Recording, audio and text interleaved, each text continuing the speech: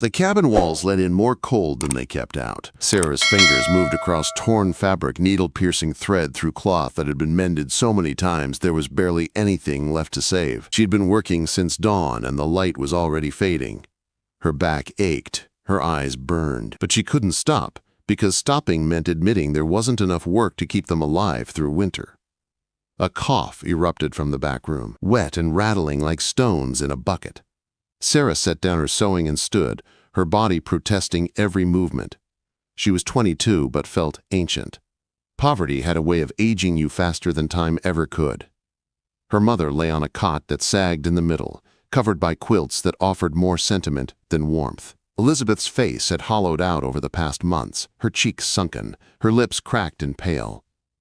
When she opened her eyes, Sarah saw something worse than pain. She saw guilt. Another cough seized her mother. Blood spotted the cloth Sarah pressed to her lips. Each red stain was a clock ticking down. Her mother was dying, and Sarah couldn't afford the medicine that might save her. The door banged open. Tom burst inside, 11 years old and wild with worry. "The trader says no more credit," he gasped. "Says we owe too much already."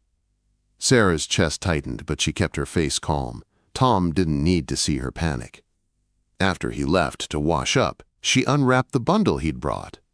A scrap of salt pork, a handful of beans, half a loaf of bread gone hard. It was enough for one meal if they stretched it. Then she heard it, the sound of wagon wheels on the rocky path outside. Visitors were rare this far into the mountains. Sarah went to the window and her breath stopped. Martha Brennan. A name from years past when her father had guided wealthy families through the mountain passes. Inside the cabin, Martha knelt beside her mother's cot. "Elizabeth, I came as soon as I received your letter." Sarah's world tilted. What letter? Quote. Her mother's eyes filled with tears. "Forgive me, daughter, I had no choice." Martha stood and faced Sarah. "Your mother wrote to me 3 weeks ago. She told me about her illness, about your situation. My nephew Caleb needs a wife. He was injured by a grizzly 2 years ago. His legs were badly damaged. Since the accident, he's become bitter and withdrawn." The words landed like blows. "You want me to marry him? Your mother has already agreed. In exchange, I'll pay for all her medical treatment. Your brother Tom will go to a proper school, and you'll live at the Brennan Ranch with security." Sarah turned to her mother. "You sold me." "I saved you," her mother gasped. "Both of you." "I'm dying, Sarah. But I couldn't die knowing I was leaving you with nothing." "But I don't know him." "Caleb was a legend in these mountains before the accident," Martha said. "A true mountain man. He's a good man beneath his pain." Sarah looked at Tom standing in the doorway with frightened eyes. She looked at her mother dying by inches. Martha was right. There was no choice. "When do I leave?" Quote. 1 week. That week passed like a fever dream. On the morning Sarah left, her mother called her close. "I know you hate me, but I did this out of love." Sarah couldn't forgive. Not yet. When the wagon arrived, Tom clung to her until she gently pried him away. "Be good. Study hard." The journey took most of the day. They climbed higher into country so wild it looked like God had just finished creating it. When they emerged into a high valley, Sarah caught her breath. The Brennan Ranch wasn't some gentle farmstead. It was a fortress carved from wilderness. The main house stood massive and solid, built from logs thick as a man's body. Martha led her inside and showed her through rooms that felt more substantial than anywhere Sarah had ever lived. Finally, they climbed stairs to a bedroom with a real bed and a window overlooking mountains that stretched forever. "Caleb's rooms are at the end of this hall," Martha said. "You'll meet him tomorrow. The wedding is the day after." "So soon?" Quote. "There's no benefit in waiting." The next afternoon, Sarah was in the library when she heard it. The uneven thump of footsteps, the tap of a cane on wood. She turned. He stood in the doorway, tall and powerfully built through the shoulders despite his injury. Dark hair touched his collar. His face was all hard angles and weathered skin that might have been handsome before bitterness carved itself into every line. His eyes were pale gray, like winter storms. He leaned heavily on a cane. This was Caleb Brennan, the legend reduced to hobbling through his own house. "You must be Sarah," he said. His voice was rough as gravel. "Yes, sir. You must be Caleb. Did you agree to this? Did you choose it?" Quote. His bluntness stung. "Did you?" she shot back. "No, but I'm a cripple with no prospects. What's your excuse?" Quote. "My excuse," Sarah said, her voice shaking, "is that my mother is dying, and my brother is 11, and we were starving. My excuse is that I had no choice." Something shifted in his expression. "At least you're honest." He turned to leave. Sarah spoke before she could stop herself. "They say you were a mountain man." He paused. "I was." "What happened?" Quote. The silence stretched. "The bear took my legs, but I lost everything else on my own." Quote. Then he was gone, the echo of his cane fading down the hall. The wedding happened the next morning. A circuit preacher spoke words that bound them together. They repeated vows in flat voices. Two people trapped by circumstance. When the preacher pronounced them married, Caleb didn't kiss her. He simply nodded and limped back to his study. The first weeks passed in cold routine. They took meals separately, barely saw each other except in passing. Sarah learned the household rhythms from the cook Hannah. She discovered evidence of who Caleb had been everywhere. Journals describing expeditions, sketches of mountain passes, a massive bearskin from his first solo hunt. "What was he like before?" Sarah asked Hannah. "Like the mountains themselves," Hannah said. "Wild and free and strong. People came from back east just to have Caleb Brennan guide them. Then the bear broke his body, and losing who he was broke his spirit." That night, Sarah decided she'd had enough. She knocked on his study door. "We need to talk," she said, "about how we're going to live. I understand this wasn't your choice. It wasn't mine either. But we're here now. At minimum, we share meals. We speak like human beings. We try to build something that isn't completely miserable." Caleb studied her. "Why do you care?" Quote. "Because I'm going to be here for the rest of my life. So are you. We can make it bearable, or we can make it hell." He almost smiled. "Very well, we'll dine together." From that evening on, they shared supper, at first in near silence. But gradually, small conversations began. Weather, the ranch, neutral topics. Sarah also began exploring the valley. One afternoon, she found a high meadow with a view that stretched for miles.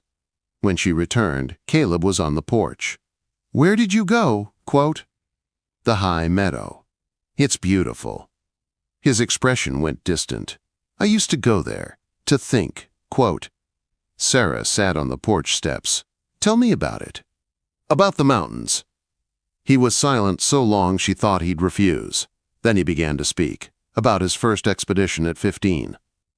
About standing on peaks and seeing the world spread endlessly below. About tracking elk through deep snow. His voice took on warmth when he spoke of the mountains. When he stopped, Sarah said quietly, "You miss it terribly." "Every day I remember I can't go back." "You can still walk." The knowledge didn't disappear. "Just because you can't climb every peak doesn't mean you're not still a mountain man." He looked at her with surprise. "You don't understand. I understand being trapped in a life you didn't choose, so maybe we're not so different." Something cracked in his armor. "You didn't want this either." "No, but giving up is the same as dying, and I'm not ready to die." The days grew shorter as autumn deepened. Letters came saying her mother was responding well to treatment. Tom wrote enthusiastically about his new school. Sarah took over household accounts and started a small garden. And slowly she built a friendship with her husband. They fell into evening routines. After supper, they'd sit by the fire, sometimes talking. Sometimes Caleb read from his journals. Sometimes they just sat in comfortable silence. If this story is touching your heart, hit that like button and let me know in the comments. One evening about 2 months after the wedding, Sarah gathered her courage. "Caleb, tell me about the grizzly." He stiffened. "Why?" Quote, "Because it's part of who you are now. In a low, rough voice, he told her about guiding surveyors, about stumbling onto a grizzly den with cubs, about the mother bear coming at him, about being mauled, about months of agony learning to walk again. And for what? He finished bitterly. So I can hobble around my own house? Quote, "So you can still live," Sarah said firmly. "We don't get to choose everything that happens, but we can choose how we respond." He reached out and touched her hand, the first voluntary touch since the wedding. "I'm sorry for being part of what trapped you here." Sarah clasped his hand. "We're both trapped. Maybe we can make the cage more comfortable together." First snow came in early November. Sarah woke to find the world transformed. She went outside and stood marveling. Caleb appeared in the doorway. "Beautiful, isn't it?" Quote, "Beautiful and deadly. I used to love first snow. It meant the high country was mine alone." Sarah made a decision. "Then let's go. Into the mountains. Not far. Just enough so you can be there again." "I can't." "You can ride. We'll take it slow." He stared at her, then slowly nodded. They prepared carefully. Jacob saddled horses using a special mounting block. The ride started tense, but as they moved into the forest, something changed. Caleb's posture relaxed. Wonder dawned on his face. He started pointing things out. Coyote tracks, where a cornice would form. A hidden spring. He was teaching her. His voice came alive. They reached a clearing with a view across the valley. Caleb stopped and sat very still. "This is what I needed," he said, voice thick with emotion. "Then we'll come again, whenever you want." He looked at her with gratitude. "Thank you for not letting me give up." That ride became the first of many. Caleb taught Sarah to read wilderness signs, to track animals, to predict weather. She loved it. The clean air, the vast silences. Something was growing between them. It was in the way his eyes followed her, in the way she listened for his cane. In comfortable silences, winter deepened. Her mother improved. Tom sent excited letters about school. When Sarah shared these with Caleb, he said, "I'd like to meet them. When weather clears, perhaps they could visit." Sarah looked up surprised. "You'd welcome them?" Quote, "They're your family. That makes them mine, too." Quote, as Christmas approached, Martha visited. She pulled Sarah aside. "You look well." "I'm adjusting." "And Caleb?" Quote, "Different. Better." On Christmas Eve, Sarah and Caleb sat by the fire. She decorated with pine boughs. "This is the first time I haven't dreaded Christmas in 3 years," Caleb said. "What's different is you. Having you here makes everything feel less empty." Sarah's heart beat faster. "I know how we started," he continued. "But Sarah, you've given me hope, purpose. I'm grateful you're here." Sarah crossed to him and knelt, taking his hand. "I was so angry. I felt like I'd been sold. But you've treated me with respect. You've shared your world with me. The man I've come to know is worth knowing." He cupped her face. "I don't deserve you." "Maybe not, but you have me anyway." Quote. They kissed for the first time, gentle and tentative. But it was real and chosen, and it changed everything. From that night, they were truly married, not just in name but in heart. They shared their days and growing affection. Caleb opened up about his life before. Sarah told him about her childhood. They learned each other's rhythms. Winter held the mountains, but warmth grew inside their home. One snowy afternoon, Caleb said, "Tell me about your mother." Who she was before the illness. She was strong. After father died, she held everything together. But it wasn't enough. When sickness came, there was no money. Quote, "She must have been terrified." She was. I understand that now. "I'm glad she did what she did," Caleb said. "If she hadn't, I'd never have met you. You saved me, Sarah." Tears slipped down her cheeks. "You saved me too." Quote. Spring came slowly. Sarah's mother and Tom came to visit in late April. When Sarah saw them, she ran to meet them. Tom had grown, nearly as tall as Sarah now. She sat with her mother on the porch. "I'm so sorry," Elizabeth said through tears. I did feel betrayed, Sarah admitted. Part of me still struggles, but I understand why. Can you forgive me? Quote, Sarah looked at the mountains that had become home. I'm trying, but look at me now. I'm healthy, safe. You're happy, her mother observed. I've come to care for him more than I expected. Then I can die in peace. You gave me a future, Sarah said. I see that now. They held each other and cried. That evening, Caleb was kind to Tom, patient with his endless questions. He showed him maps and journals, shared mountain stories. Later, Caleb spoke with Elizabeth. I'll take care of her. I'll do everything to make her happy. Treat her well, that's all I ask. Have you ever found unexpected blessings in difficult circumstances? Share your thoughts below. The visit lasted a week. When they departed, Sarah felt less pain. She knew her family was safe. As the wagon disappeared, Caleb took her hand. You all right? Quote, Yes, I really am. Summer came alive. High meadows grew lush. Caleb and Sarah rode out often.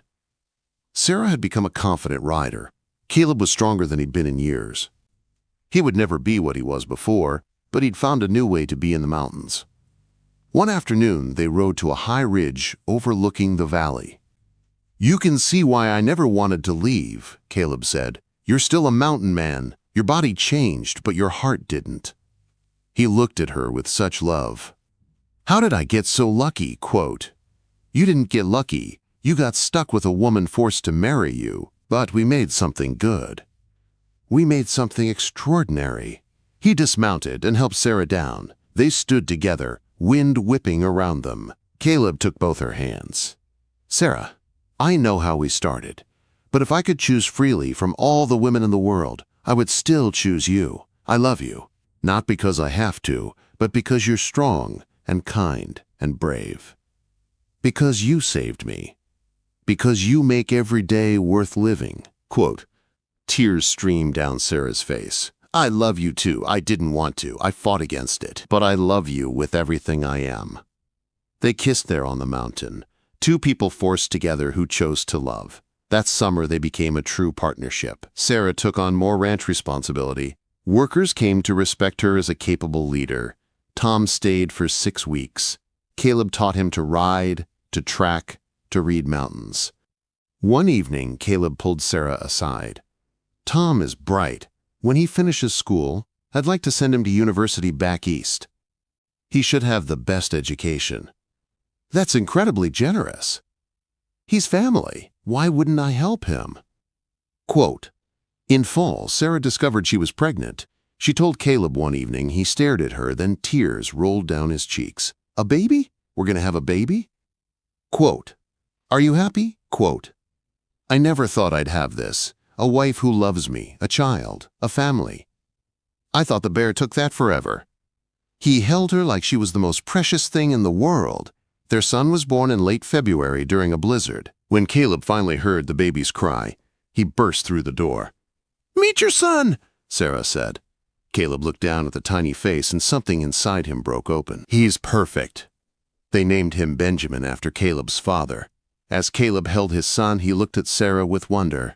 Thank you for giving me a life I thought was impossible. We gave it to each other. Quote, Years passed full and rich. Benjamin grew strong with his father's love of mountains. Tom finished school with honors and went to university. Elizabeth lived 3 more years, long enough to see her grandson. When she passed peacefully, Sarah grieved without bitterness. Her mother had done what she thought best, and it had led to happiness. A daughter came next. Anna, with Sarah's dark eyes and quick mind. Caleb adored this fierce little girl. The ranch prospered.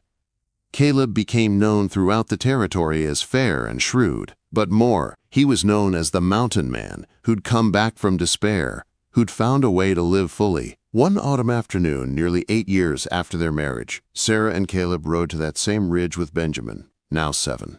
Remember when you first brought me here? Sarah asked. I do. I told you I loved you. Do you still? Quote, More every day. Benjamin asked for a story. Caleb laughed and launched into a tale, his voice animated. Sarah watched and marveled. This wasn't the bitter, broken man she'd first met. This was a man fully alive. That night, after the children slept, they sat by the fire. "Do you ever regret it?" Sarah asked. "How we started." Quote, Caleb reached for her hand. "Not for a single moment. My mother didn't just save my life. She gave me a life. We gave each other a life," he corrected. "You showed me I could still be who I was, just differently." The contract became love. Yes. And that love became this family, this life, everything we've built. If this story moved your heart, subscribe for more emotional Wild West tales and share with someone who believes in second chances. Their stories spread through mountain communities. The woman sacrificed to save her family, and the mountain man who'd lost everything. How they'd been forced together and built something beautiful.